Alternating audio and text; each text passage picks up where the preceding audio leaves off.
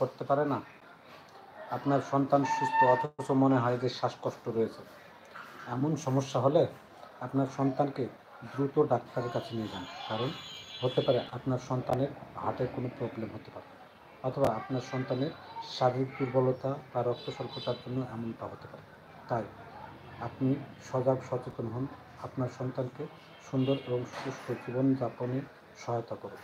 কারণ আপনার একটু অসচেতনতার কারণে হতে পারে আপনার সন্তানের জীবনের বড় বিপত্তি।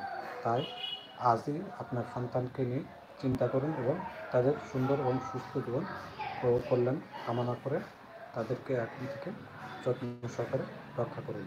মনে রাখবেন, আজকের সন্তান আগামী দিনের ভবিষ্যৎ। তাই ভবিষ্যৎ জাতিকে সুন্দর, সুস্থ এবং স্বাস্থ্যবান করতে আপনার সচেতনতার বিকল্প কিছু নেই।